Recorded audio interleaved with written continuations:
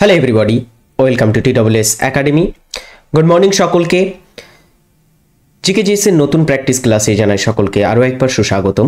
আজ আমরা গুরুত্বপূর্ণ প্রশ্ন উত্তর নিয়ে আলোচনা করব, যেগুলো আপকামিং বিভিন্ন পরীক্ষায় তোমাদের আসতে চলেছে। এমন প্রশ্ন উত্তরের একটা প্র্যাকটিস ক্লাস আমরা আজ আলোচনায় রেখেছি। গুরুত্বপূর্ণ প্রশ্ন উত্তর, তো সেশনটা সকলে শেয়ার করবে এবং শেষ পর্যন্ত দেখতে থাকবে। চ্যানেলে নতুন হলে সাবস্ক্রাইব করতে ভুলবে না।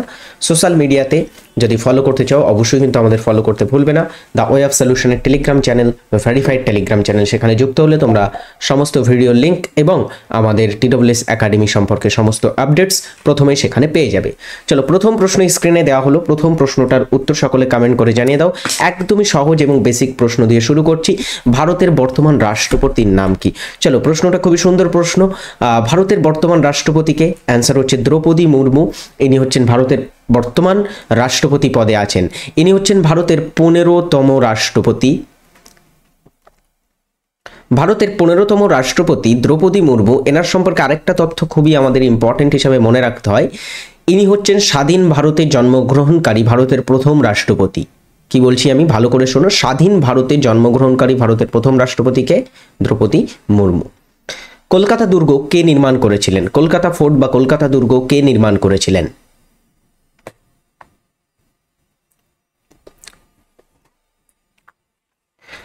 কলকাতা ফোর্ট বা কলকাতা দুর্গ নির্মাণ করেছিলেন রবার্ট ক্লাইভ। রবার্ট ক্লাইভ ছিলেন বাংলার প্রথম গভর্নর।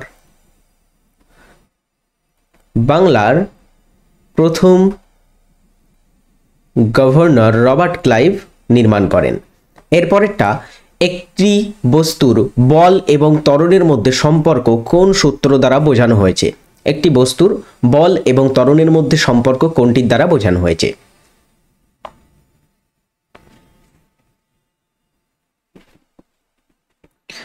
প্রথম গতিসূত্র নিউটনের, দ্বিতীয় গতিসূত্র নিউটনের, নিউটনের তৃতীয় গতিসূত্র, নিউটনের চতুর্থ গতিসূত্র। দেখো, নিউটনের 3টে গতিসূত্র আছে, তো চতুর্থটা হবে না। তো তার মধ্যে এই তিনটির মধ্যে প্রথম, দ্বিতীয় এবং তৃতীয় গতিসূত্রের মধ্যে কোনটি বস্তুর বল এবং ত্বরণের মধ্যে সম্পর্ক বোঝায়? অ্যান্সার হচ্ছে দ্বিতীয় গতিসূত্রটি বস্তুর সম্পর্ক ত্বরণ এবং বলের মধ্যে বুঝিয়ে থাকে। এটা কিন্তু বলের ধারণা দিয়ে থাকে, এটাও একটু মনে রাখবে। অপশান এ, মাফ করবে, বি রাইট অ্যান্সার।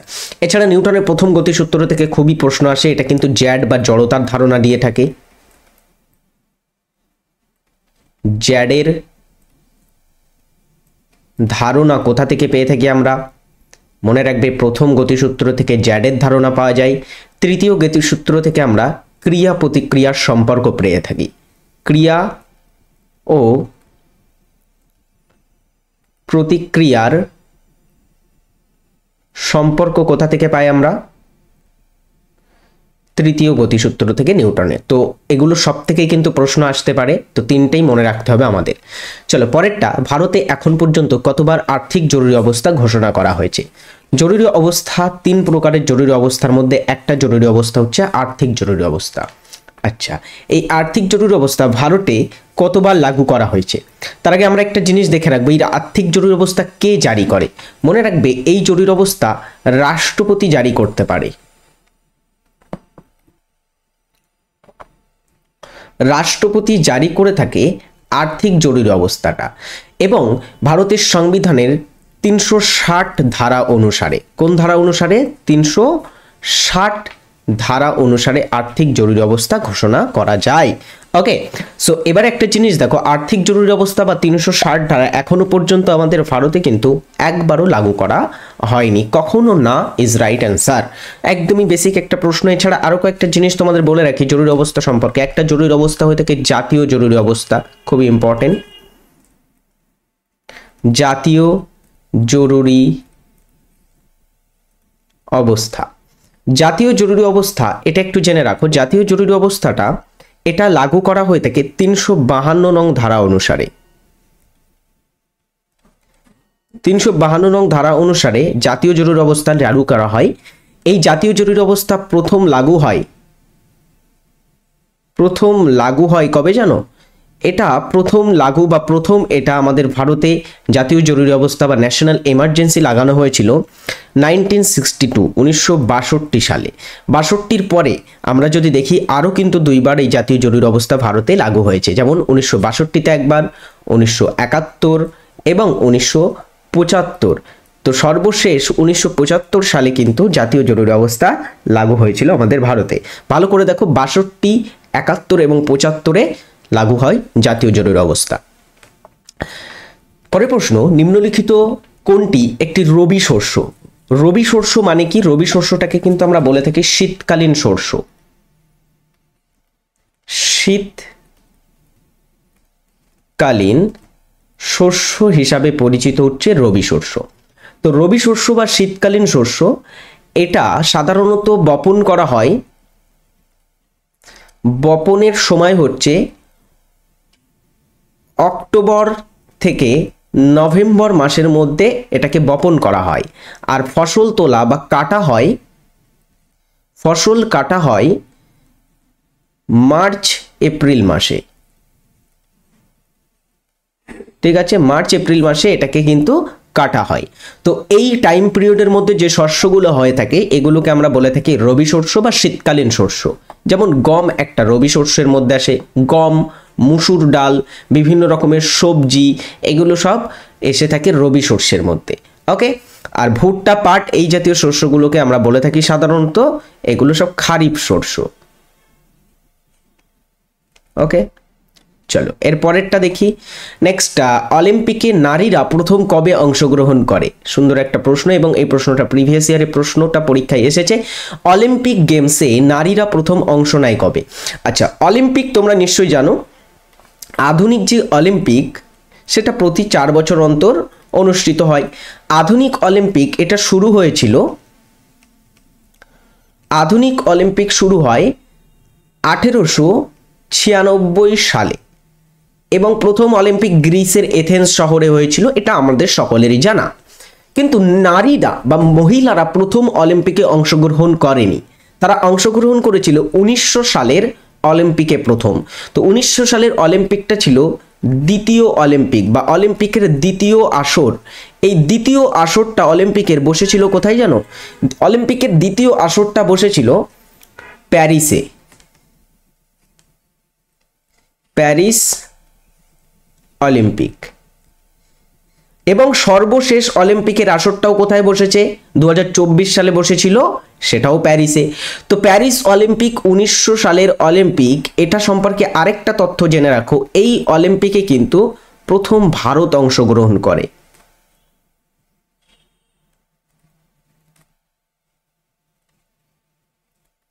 প্রথম ভারত কবে অংশ নিয়েছিল অলিম্পিকে? 1900 সালের অলিম্পিক, যেটা প্যারিসে হয়েছিল। এবং ভারত থেকে কে অংশ নিয়েছিল বলো তো দেখি? ভারত থেকে যিনি রিপ্রেজেন্ট করেছিলেন তিনি হচ্ছেন নরম্যান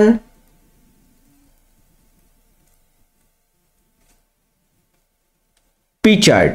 নরম্যান পিচার্ড হচ্ছেন ভারত থেকে প্রথম ব্যক্তি ছিলেন যিনি অলিম্পিক গেমসে অংশগ্রহণ করেছিলেন। কোন অলিম্পিকে? 1900 সালের প্যারিস অলিম্পিকে। গণপরিষদের ধারণাটি সর্বপ্রথম প্রদান করেন কে?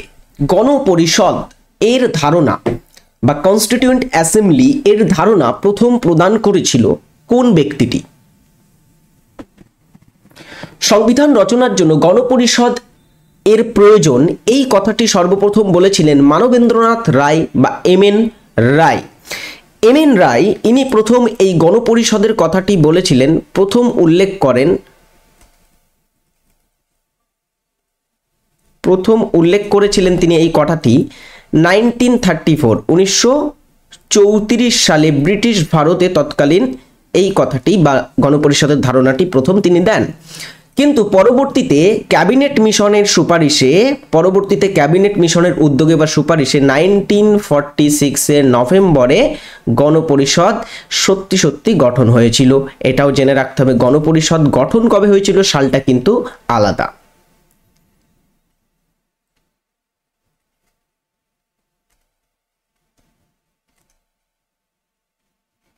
গুড, চলো এরপরের প্রশ্নটা, কোন রাজ্যে সবচেয়ে বেশি সংখ্যক জাতীয় উদ্যান রয়েছে? এটাও একটা সুন্দর প্রশ্ন। জাতীয় উদ্যান বা ন্যাশনাল পার্কের সংখ্যা সব থেকে বেশি কোথায় আছে?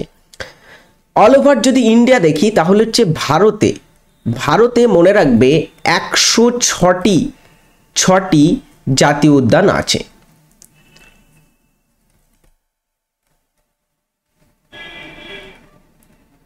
ভারতে কতগুলি জাতীয় উদ্যান আছে? 106টি জাতীয় উদ্যান আছে, যার মধ্যে সব থেকে বেশি সংখ্যক জাতীয় উদ্যান আছে মধ্যপ্রদেশে। কতগুলি জানো?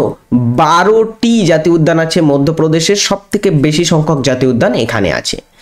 এবং আরেকটা জিনিস বলে রাখি, মধ্যপ্রদেশে কিন্তু ওভারঅল বন জঙ্গলের সংখ্যাও কিন্তু বেশি। পুরো ভারতের মধ্যে সব থেকে বেশি বনভূমি আচ্ছাদিত ভূমি আছে মধ্যপ্রদেশে। এছাড়া মধ্যপ্রদেশের যে জাতীয় উদ্যানগুলো সেগুলো একটু দেখে রাখো। মধ্যপ্রদেশের জাতীয় উদ্যানের মধ্যে আছে কানহা জাতীয় উদ্যান, সাতপুরা জাতীয় উদ্যান, পান্না জাতীয় উদ্যান, কুনো জাতীয় উদ্যান, বান্ধবগড় জাতীয় উদ্যান, সঞ্জয় জাতীয় উদ্যান। 6টি জাতীয় উদ্যান এখানে আছে, 6টিই কিন্তু খুবই গুরুত্বপূর্ণ। এছাড়া আরও জাতীয় উদ্যান যেমন বনবিহার জাতীয় উদ্যান, পরীক্ষায় প্রশ্ন থাকতে পারে কোথায় অবস্থিত। কোথায় আছে বনবিহার জাতীয় উদ্যান? অবস্থিত আছে মধ্যপ্রদেশে। পেঞ্চ জাতীয় উদ্যান, মাধব জাতীয় উদ্যান, ওমকারেশ্বর জাতীয় উদ্যান, ফসিল জাতীয় উদ্যান এবং ডাইনোসর ফসিল জাতীয় উদ্যান। ডাইনোসর ফসিল এবং ফসিল দুটো জাতীয় উদ্যান কিন্তু এরকম আছে, দুটো আলাদা আলাদা জাতীয় উদ্যান, এটাও একটু নোট করে রাখবে। এরপরেরটা, নিম্নলিখিত কোনটি একটি ভাইরাস জনিত রোগ? 9 নম্বর প্রশ্ন, ভাইরাস জনিত রোগ কোনটি?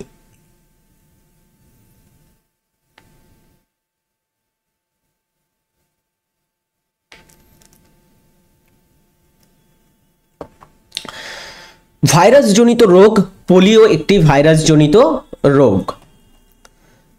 যারা TWS একাডেমির থেকে বেসিক থেকে প্রিপারেশন নিতে চাও তাদের জন্য TWS একাডেমিতে যে ব্যাচগুলো চলছে তোমরা দেখতে পারো। এই ব্যাচগুলোতে তোমরা ভর্তি হয়ে আমাদের কাছ থেকে প্রিপারেশন নিতে পারবে। রেলওয়ে এসএসসির প্র্যাকটিস থেকে শুরু করে আমাদের রেলওয়ে এসএসসির এসএসসি এছাড়া তোমার WEP, KP, WBPSC সমস্ত পরীক্ষার জন্য প্রিপারেশন তোমরা নিতে পারবে। তার জন্য TWS একাডেমি অ্যাপে চলে যাও, সেখান থেকে সকলে TWS একাডেমি অ্যাপ ডাউনলোড করে ভর্তি হয়ে যাও। চলো এরপরের প্রশ্ন, 10 নম্বর প্রশ্ন, ট্রোপোস্ফিয়ারের এবং স্ট্র্যাটোস্ফিয়ারের সংস্পর্শের স্তরটি হলো কি? ট্রোপোস্ফিয়ার এবং স্ট্র্যাটোস্ফিয়ার এই দুটির সংস্পর্শে অর্থাৎ দুটির মাঝে অবস্থিত স্তরটির নাম কি? ট্রোপোস্ফিয়ার একদমই বায়ুমণ্ডলের সর্বনিম্ন স্তর, আমরা জানি সব থেকে নিচে আছে বায়ুমণ্ডলের ট্রোপোস্ফিয়ার, তার উপরে আছে স্ট্র্যাটোস্ফিয়ার। এবারে দেখো এই ট্রোপোস্ফিয়ার এবং স্ট্র্যাটোস্ফিয়ারের মাঝে একটা স্তর আছে, এটাকে আমরা বলে থাকি কি? এটাকে আমরা বলে থাকি ট্রোপোপজ। এটা হচ্ছে ট্রোপোস্ফিয়ারের উচ্চতম সীমা এবং স্ট্র্যাটোস্ফিয়ারের নিম্ন সীমা, এইটা মাঝ বরাবর অবস্থিত আছে ট্রোপোপজ, সংকীর্ণ একটা স্তর। বক্সিংয়ে ব্যক্তিগত অলিম্পিক পদক হবে এটা, ঠিক আছে? এখানে একটা পদক বলে কথা লেখা ছিল, অলিম্পিক পদক জয়ী, পদক, অলিম্পিক পদক জয়ী, ব্যক্তিগত অলিম্পিক পদক জয়ী প্রথম ভারতীয় মহিলাকে। দেখো অলিম্পিক বক্সিংয়ে ব্যক্তিগত পদক যিনি প্রথম মহিলা হিসাবে কে জিতেছিলেন, প্রশ্নটা দেখো ভালো করে। তার আগে আমি কয়েকটা তথ্য তোমাদের একটু বলে দিই অলিম্পিক সম্পর্কে, খেলাধুলার এখান থেকে। অলিম্পিকে অলিম্পিকে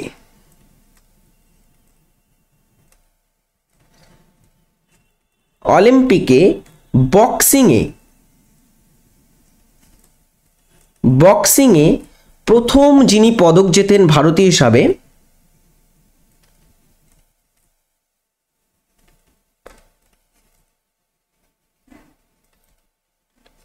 তিনি হচ্ছেন বিজেন্দর সিং।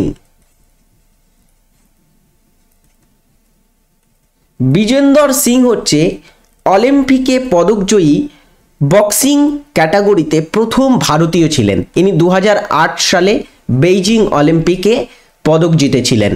কি পদক জিতেছিলেন? ব্রোঞ্জ পদক জিতেছিলেন।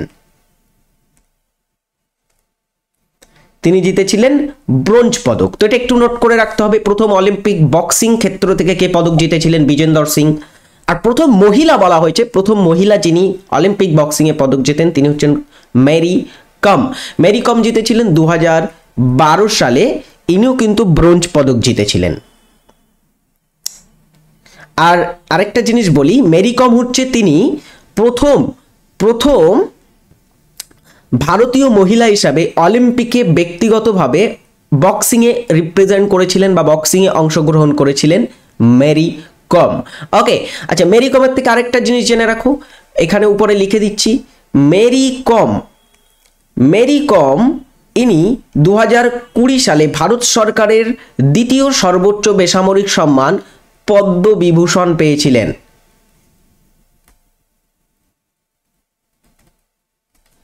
ঠিক আছে, এটাও সকলে নোট করে ফেলো। গুড।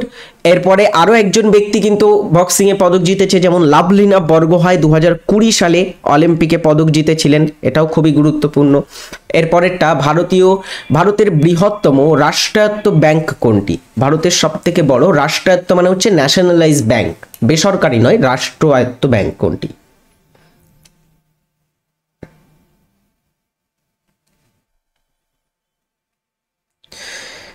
ভারতের সবথেকে বড় রাষ্ট্রায়ত্ত ব্যাংক কোনটি?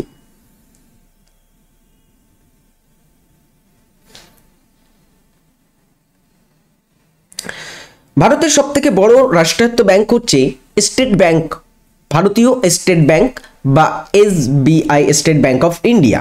1955 সালে এটা স্থাপিত হয়েছিল। এবং তার সঙ্গে একটা জিনিস, স্টেট ব্যাংক কিন্তু এটা আমাদের ভারতের প্রথম রাষ্ট্রায়ত্ত ব্যাংক, ভারতের বৃহত্তম সাথে সাথে কিন্তু প্রথম রাষ্ট্রায়ত্ত ব্যাংক হিসাবেও পরিচিত। এরপরে বন্দনা উৎসব কোন রাজ্যে পালন করা হয়? বন্দনা উৎসবটা কোন রাজ্যে পালিত হয়ে থাকে?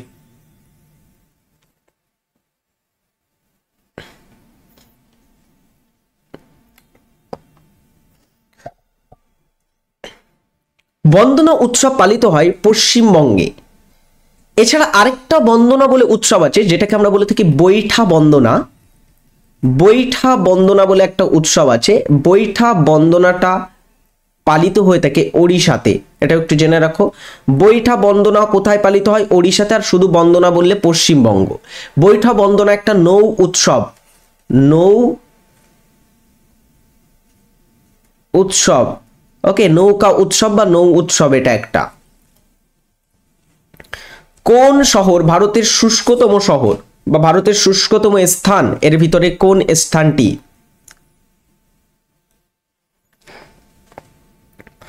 ভারতের শুষ্কতম স্থান হচ্ছে জয়সলমীর, এটা অবস্থিত রাজস্থানে। আর ভারতের উষ্ণতম স্থান আলাদা। ভারতের উষ্ণতম স্থান বললে কি হবে? ভারতের উষ্ণতম স্থান হচ্ছে ডিয়ার স্টুডেন্টস পালোডি। আচ্ছা, পালোডিটা কোথায় আছে, কোন রাজ্যে আছে? পালোডিটা কিন্তু এটাও রাজস্থানে অবস্থিত, ভারতের সবথেকে উষ্ণতম স্থান হিসাবে পরিচিত। গুড। এল সুব্রমণিয়াম কিসের সাথে যুক্ত? এল সুব্রমণিয়াম পদার্থবিজ্ঞান ও মহাকাশ গবেষণা, বাদ্যযন্ত্র বাদক, কৃষি বিজ্ঞান, অর্থনীতি। তো কয়েকটা ক্যাটাগরি বা কয়েকটা ক্ষেত্রের নাম দেওয়া আছে, তো এর ভিতরে কোন ক্ষেত্রের সাথে এল সুব্রমণিয়াম যুক্ত? আচ্ছা, এনার নামটা কেন আমি এখানে দিয়েছি, কারণ এটা কিন্তু খুবই গুরুত্বপূর্ণ। তিনি 2025 সালে ভারত সরকারের দ্বিতীয় সর্বোচ্চ নাগরিক সম্মান পদ্মবিভূষণ পেয়েছেন।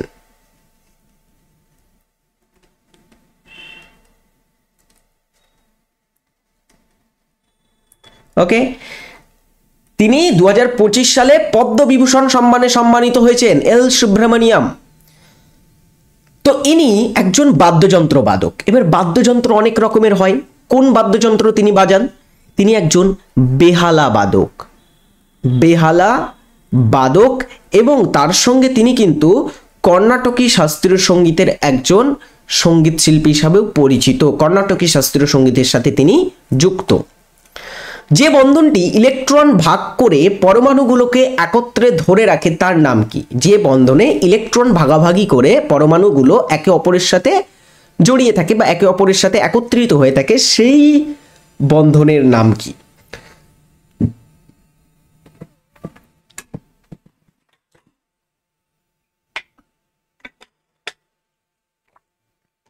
এটাকে বলা হয় সমযোজী বন্ধন। দেশের অর্থনৈতিক প্রবৃদ্ধির সবচেয়ে উপযুক্ত পরিমাপ কোনটি? দেশের ফাইন্যান্সিয়াল গ্রোথ বা দেশে অর্থনৈতিক প্রবৃদ্ধির জন্য কোনটা সবথেকে গুরুত্বপূর্ণ বা কোনটা সবথেকে গুরুত্বপূর্ণ পরিমাপ? পরিমাপ মানে কোনটা প্রবৃদ্ধির জন্য সবচেয়ে বেশি জরুরি, অ্যাকচুয়ালি এটাই বোঝানো হয়েছে। তো অর্থনৈতিক প্রবৃদ্ধি বা ইকোনমিক্যাল গ্রোথের জন্য কোনটির উপযুক্ত পরিমাণ দরকার?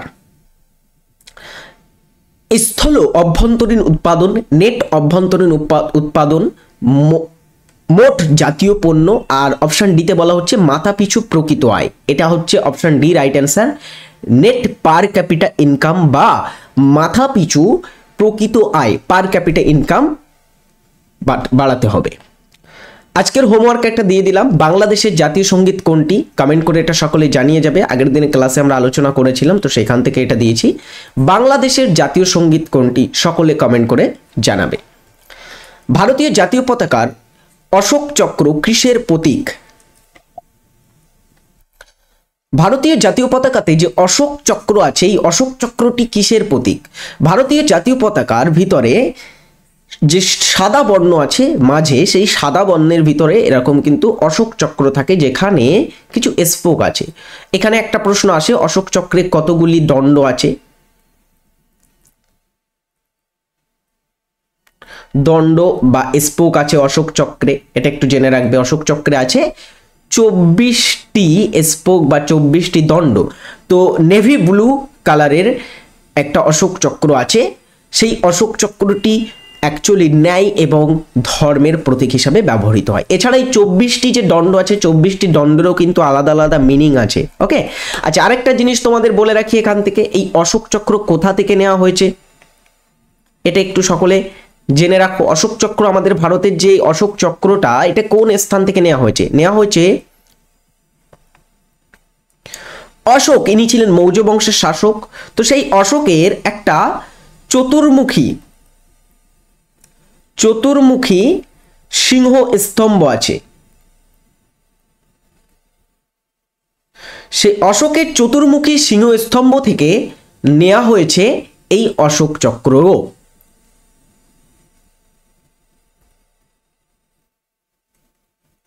Good. Next question is, Dinesh ভাটিয়াকে কোন দেশে ভারতের পরবর্তী রাষ্ট্রদূত নিযুক্ত করা হয়েছে? রাষ্ট্রদূত হিসাবে কাকে নিযুক্ত করা হয়েছে? কোন দেশের পরবর্তী রাষ্ট্রদূত হিসাবে দীনেশ ভাটিয়াকে নিযুক্ত করা হয়েছে? ব্রাজিলের। ট্রিপল এফ হরমোন কোনটি? কোন হরমোনকে বলা হয় ট্রিপল এফ হরমোন? চলো এটার উত্তর করো। থাইরয়েড, অ্যাড্রিনালিন, ইনসুলিন আর জিএইচ মানে হচ্ছে গ্রোথ হরমোন পিটুইটারি থেকে নিঃসৃত হয়। তো এই হরমোনগুলির মধ্যে ট্রিপল এফ বলা হয় কোনটিকে? ট্রিপল এফ হরমোন হচ্ছে অ্যাড্রিনালিন হরমোনকে বলা হয় ট্রিপল এফ, যেটা অ্যাড্রিনাল গ্রন্থি থেকে নিঃসৃত হয়। অ্যাড্রিনাল বলে একটা আলাদা গ্রন্থি আছে, যেখান থেকে এটা নিঃসৃত হয়।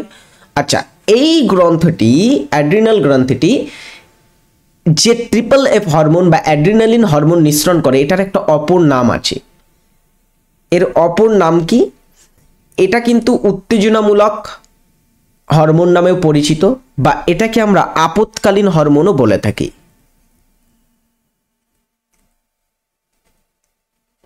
কারণ এই হরমোনটা না দ্রুত রিয়াক্ট করতে কার্যকারী। ভয়, দুঃখ, ক্রোধ ইত্যাদি প্রকাশিত হয় এই হরমোনের জন্য। জালিয়ানওয়ালাবাগ হত্যাকাণ্ড কবে হয়েছিল? বিখ্যাত জালিয়ানওয়ালাবাগের হত্যাকাণ্ড এবং দুঃখজনক হত্যাকাণ্ড কবে ঘটে? 1919 সালের 13 এপ্রিল ঘটেছিল। কার সময়ে ঘটে জানো এটা? অর্থাৎ এই সময়ে কে ভারতের ভাইসরয় ছিল? জালিয়ানওয়ালাবাগের হত্যাকাণ্ড ঘটেছিল লর্ড চেমসফোর্ডের সময়ে।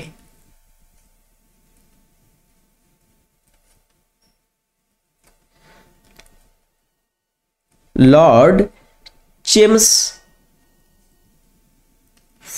সময়ে ঘটেছিল এটা। লাইন অফ অ্যাকচুয়াল কন্ট্রোল কোন দুটি দেশের মাঝে রয়েছে? Line of actual control LAC কোন দুটি দেশের মাঝে সীমানা রক্ষা করে?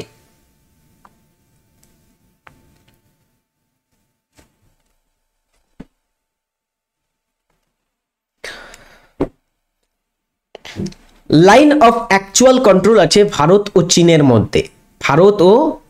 মধ্যে। কোন শহরকে ভারতের সিলিকন ভ্যালি বলা হয়? ভারতের সিলিকন ভ্যালি নামে পরিচিত কোনটি?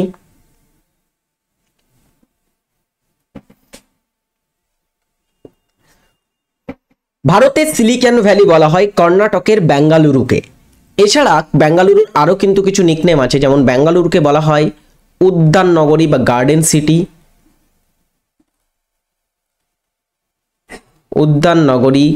এছাড়া এনাকে বলা হয় বিজ্ঞান নগরী অর্থাৎ সায়েন্স সিটি, বিজ্ঞান নগরী হিসাবেও এটা পরিচিত। আরও কিছু নিকনেম আছে, যেমন বেঙ্গালুরুকে বলা হয়ে থাকে তোমার স্পেস সিটি, স্পেস সিটি বা মহাকাশ নগরী বলা হয়ে থাকে এটাকে। তো বিভিন্ন নিকনেম আছে বেঙ্গালুরুর। ভারতের নেপোলিয়ান কাকে বলা হয়? চলো এবার একটা ব্যক্তির নিকনেম দেখি। ভারতের নেপোলিয়ান হিসাবে পরিচিত কে?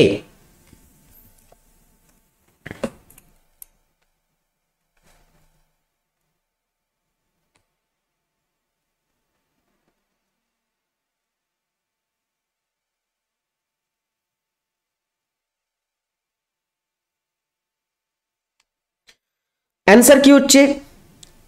ভারতের নেপোলিয়ান বলা হয়ে থাকে সমুদ্রগুপ্তকে। সমুদ্রগুপ্তকে ভারতের নেপোলিয়ান বলে কে অভিহিত করেছেন? তাকে এই উপাধি কে দেন?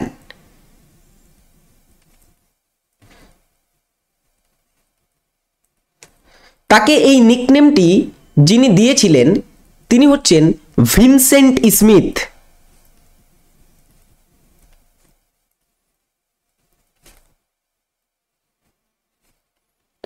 ভিনসেন্ট স্মিথ তাকে ভারতের নেপোলিয়ান বলেছেন। সালফার ডাই অক্সাইডের রাসায়নিক সূত্র কি? সালফার ডাই অক্সাইডের রাসায়নিক সূত্র কি? এর রাসায়নিক সূত্র হচ্ছে SO2, সালফার ডাই অক্সাইডের সংকেত। পৃথিবীর উচ্চতম জলপ্রপাত হলো, পৃথিবীর সবথেকে উঁচু জলপ্রপাত কোনটি?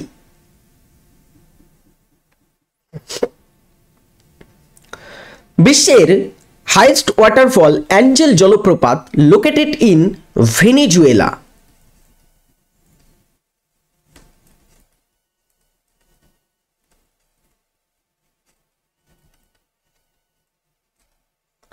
ভেনেজুয়েলাতে অবস্থিত। একজন খুচরো বিনিয়োগকারীর সর্বোচ্চ বিনিয়োগ কত?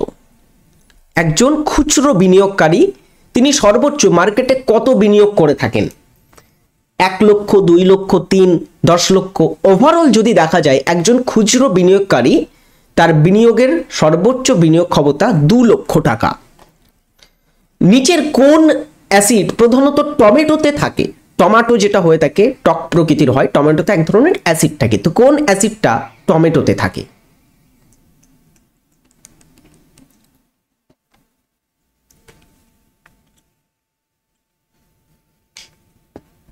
টমেটোতে উপস্থিত আছে সাইট্রিক অ্যাসিড। হ্যাঁ, যে অ্যাসিডটা লেবুতেও থাকে, কমলা লেবু বা পাতি লেবুতে যে অ্যাসিড থাকে সাইট্রিক অ্যাসিড, সেটা টমেটোতেও পাওয়া যায়। 1925 সালে জাতীয় কংগ্রেসের অধিবেশন অনুষ্ঠিত হয় বোম্বে, এলাহাবাদ, কানপুর, মাদ্রাজ। 1925 সালে কোথায় জাতীয় কংগ্রেসের অধিবেশন হয়েছিল? খুবই উল্লেখযোগ্য অধিবেশন। এই অধিবেশনে যিনি সভাপতি হন তিনি কে বলো তো দেখি? সরোজিনী নাইডু। সরোজিনী নাইডু 1925 সালে জাতীয় কংগ্রেসের অধিবেশনের সভাপতিত্ব করে, যেটা হয়েছিল কানপুরে। কানপুর সেশন হিসাবে এটা পরিচিত।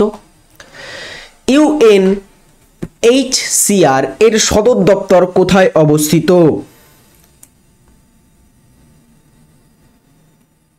Anybody? UNHCR means United Nations High Commissioner for Refugees. High Commissioner for Refugees এটা কোথায় অবস্থিত? দ্রুত উত্তর করো। এটা অবস্থিত হচ্ছে জেনেভাতে সদর দপ্তর। অলরাইট, আজকে আমরা 30টি গুরুত্বপূর্ণ প্রশ্ন আবার আলোচনা করলাম। সো সেশনটি কেমন লাগলো কমেন্ট করে জানাতে ভুলবে না। খুবই দুর্দান্ত প্রশ্ন উত্তর নিয়ে আজকে সেশনে আমি এনেছিলাম, যে প্রশ্নগুলো কিন্তু VVIP প্রশ্ন। একদমই এরকম কিন্তু প্রশ্ন তোমরা পরীক্ষায় পাবে। খুবই খুবই গুরুত্বপূর্ণ কিন্তু প্রশ্ন এগুলি। তো অবশ্যই ক্লাসটিতে যারা যুক্ত হয়েছিল সকলে ক্লাসটি যাওয়ার আগে একবার করে বলবো শেয়ার করে দিয়ে যাও ক্লাসটিকে, যাতে পরবর্তী স্টুডেন্টরা এসে রেকর্ডেডও দেখতে পারে। আর রেকর্ডেড যারা দেখছো তাদেরকে বলবো তোমরাও কিন্তু শেয়ার করতে এটা ভুলবে না, আর লাইক করে ফেলো সকলে ক্লাসে। ভালো থাকবে সকলে, টাটা।